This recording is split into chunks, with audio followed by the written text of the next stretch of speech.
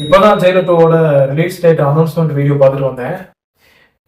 Video பார்த்தேன். வீடியோல போன படத்துல இருந்ததோட இந்த படத்துல அதிகமான கேஸ்டிங் இருப்பாங்க போல. அதுக்கு முன்னாடி இந்த ஜெயிலர் 1 பத்தி ஒரு மெமரி இருக்கு. அதை நான் உங்களுக்கு ஷேர் பண்றேன். நான் அந்த டைம்ல காலேஜ் படிச்சுட்டு இருக்கேன். செகண்ட் இயர்னு நினைக்கிறேன். செகண்ட் இயர் சம்திங் 2023ல படம் வருது. அப்ப என்னன்னா ஒரு மாதிரி கிளாஸ் நம்ம பாத்தீங்கன்னா டெய்லி எக்ஸாம்ஸ் போயிட்டு இருக்கு. இப்படியே கேட் எக்ஸாம் நடந்துட்டு இருக்கு. செம்முக்கு ப்ரிப்பேர் ஆகிட்டு இருக்கோம்.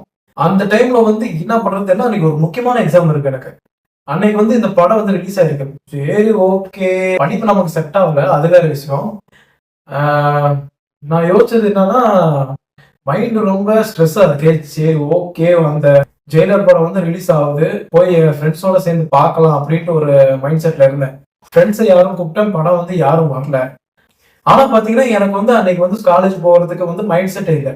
நான் என்ன பண்ணிட்டேன், பாத்தீங்கன்னா போடுறா லீவு, இன்னைக்கு போய் படத்தை பார்த்துட்டு வந்துருவோம் அப்படின்னு சொல்லிட்டு நான் பாட்டுக்கு படத்தை பார்க்கலாம்னு சொல்லிட்டு கிளாஸ் அன்னைக்கு லீவ் போட்டா அன்னைக்கு முக்கியமான எக்ஸாம் வேற ஒண்ணு இருக்கு. இருந்தாலும் படம் போகும்போது எனக்கு ஒரு டவுட்டு. படம் நெல்சன் எடுத்திருக்காப்ல. போன படம் பீஸ்டே சொதப்பி விட்டாப்புல. இந்த படமும் என்ன பண்றது, சரி நமக்கு மைண்ட் ரிலாக்ஸ் ஆயிடுச்ச மாதிரி இருக்கணும் தான் போனேன். போய் பார்த்தா படம் அன்எக்ஸ்பெக்டடுங்க. நான் சரி படத்துல எக்ஸ்பெக்டேஷன் இல்லாம நான் படத்தை பார்க்க போனேன். ஆனா அந்த படம் பீக் சம்பவமா இருந்துச்சு. ரஜினி சாருக்கு அந்த மாதிரி ஒரு வெர்ஷன்ல பார்த்தது கிடையாது. அந்த அனிருத் என்னப்பா அந்த ஆள் போட்டு தட்டி எடுத்துட்டான். பயங்கரமா இருந்துச்சு. எனக்கு சரியான தியேட்டர் எக்ஸ்பீரியன்ஸ் அன்னைக்கு காலையில. நான் ஃபர்ஸ்ட் ஹவுஸ்ஃபுல்லு. நானும் பார்த்துட்டு மிரண்டுட்டேன். அன்னைக்கே ஃப்ரெண்ட்ஸ் கிட்ட எல்லாரும் கிட்டே சொன்னோம், படம் சூப்பரா இருக்கு, போய் பார்க்கலாம் அப்படின்னு சொல்லிட்டு பசங்களோட, அதுக்கப்புறம் என் கிளாஸ்மேட்ஸோட ஃப்ரெண்ட்ஸோட சேர்ந்துட்டு எல்லாரும் சேர்ந்து 20 பேர் பக்கம் போய் அந்த படத்தை பார்த்தோம். அன்னைக்கு மறக்க முடியாது. அந்த ஜெயிலர் படம் ரிலீஸ் ஆன அன்னைக்கு டேட் எனக்கு ரொம்ப ஸ்பெஷலான டேட். ஒரு பெஸ்ட் மெமரிஸ்ன்னு சொல்லலாம்.